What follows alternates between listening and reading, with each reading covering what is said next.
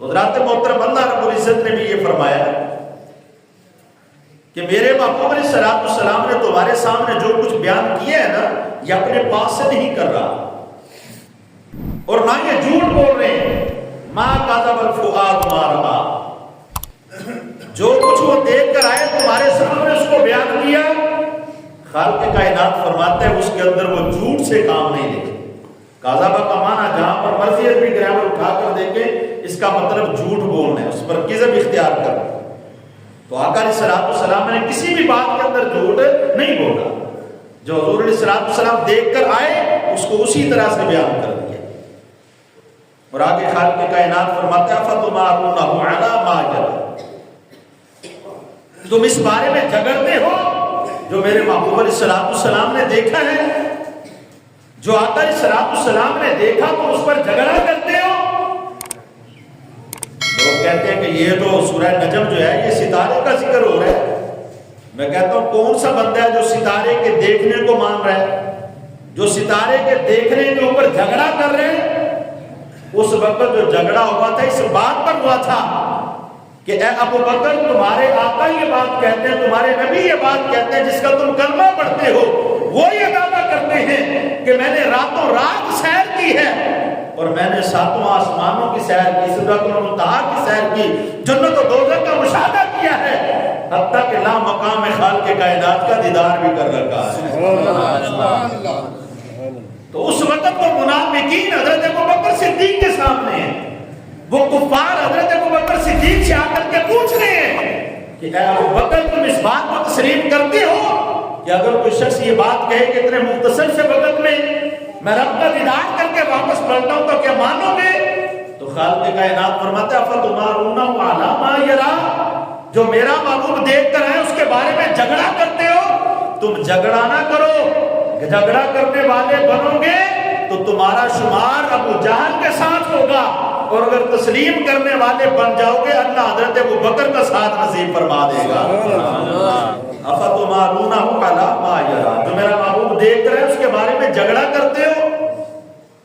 وہ آ جائیں میں جناب مولوی صاحب جھگڑا شروع کر دیں، نہیں جی نہیں ہونا، بیٹھیا کو نہیں، گئے کوئی نہیں، بھئی کس لیے انکار کر رہے ہو، کس دلیل سے انکار کر رہے ہو؟ یہ جو آیات مقدسہ ہے جن کا ترجمہ ہمارے سامنے موجود ہے، اس کی تفاسیر کے اندر احادیث مبارکہ موجود ہے، تو اس کا انکار کیسے ممکن ہے؟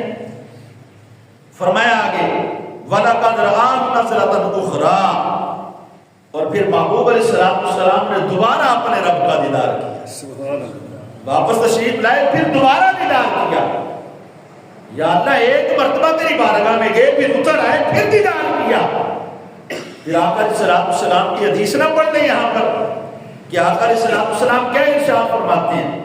حضور علیہ السلام فرماتے ہیں میں چوتھے آسمان پر واپس آیا، حضرت موسیٰ علیہ السلام سے ملاقات ہوئی، انہوں نے پوچھا رب سے ملاقات کر کے آئے ہیں تو کیا لے کر آئے ہیں؟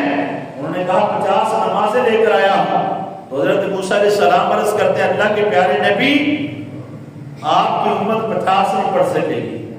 تو حضور علیہ السلام دوبارہ رب کی بارگاہ میں حاضر ہوئے، حتیٰ کہ 50 سے 45 نمازیں معاف کر دی گئی، 5 نمازیں باقی بچی۔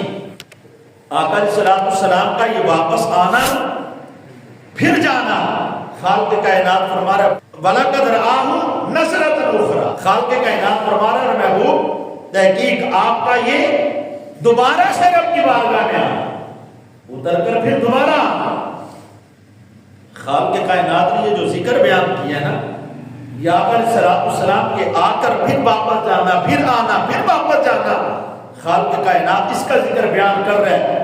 گویا کہ اللہ رب العزت کو یہ ادا کتنی پسند آئی کہ پیارے کلیم جو ہیں موسیٰ علیہ السلام جو ہے وہ حضور علیہ السلام سے کہتے تو حضور دوبارہ رب کی بارگاہ میں پھر چلے جاتے۔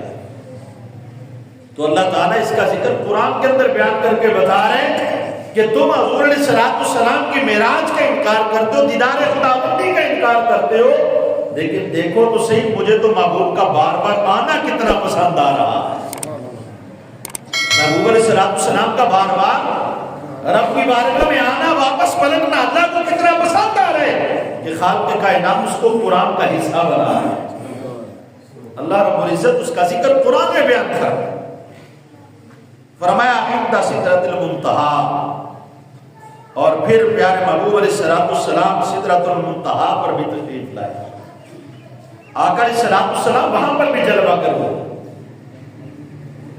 اور عندہا جنت المأوا، اس آیت مقدسہ کے اندر اللہ نے یہاں پر یہ بھی بیان کر دیا کہ پیارے محبوب علیہ السلام سدرۃ المنتہا پر بھی جلوہ گر ہوئے اور آقا علیہ السلام جنت کے اندر بھی جلوہ گر ہوئے. آقا علیہ السلام نے جنت کا بھی مشاہدہ فرمایا. اب کوئی ستارہ تو مشاہدہ کرتا نہیں پھر رہا، کوئی ستارہ جو ہے وہ سدرۃ المنتہا کی گردن تو نہیں کرتا پھر رہا. یہ خالق کائنات نے اپنے محبوب کو شرف عطا فرمایا کہ آقا علیہ السلام سدرۃ المنتہا پر بھی تشریف لے جاتے ہیں اور جنت کے اندر بھی تشریف لے جاتے ہیں. وہاں کے حال احوال کو بھی دیکھتے ہیں، جنت کے مقامات کو بھی دیکھتے ہیں اور پوچھتے ہیں جبریل یہ مقام کس کا ہے، یہ مقام کس کا ہے، یہ مقام کس کا ہے. اور جبریل اپنی عرض کرتے ہیں یا رسول اللہ یہ ماں باپ کے فرما بردار کا ہے، یا رسول اللہ یہ نمازیں پڑھنے والوں کا مقام ہے، یا رسول اللہ صلی اللہ علیہ وسلم آقا یہ صدقہ کرنے والوں کا مقام ہے. حضرت جبریل اپنے ساتھ ساتھ وہ مقامات نکلا رہے ہیں اور ساتھ بتا رہے ہیں. تو گویا کہ یہ احادیث بیان اگر کر رہے ہیں تو پھر ماننا پڑے گا یہ جو احادیث اس رات کو آقا علیہ السلام نے دیکھا اور پھر امت کے سامنے بیان کیا تو خالق کائنات کا فرمان سچا ہے کہ محبوب نے جو دیکھا اس کو حق اور سچ کے ساتھ بیان فرمایا کہ پیارے محبوب علیہ السلام نے اس کو جھٹلایا نہیں ہے.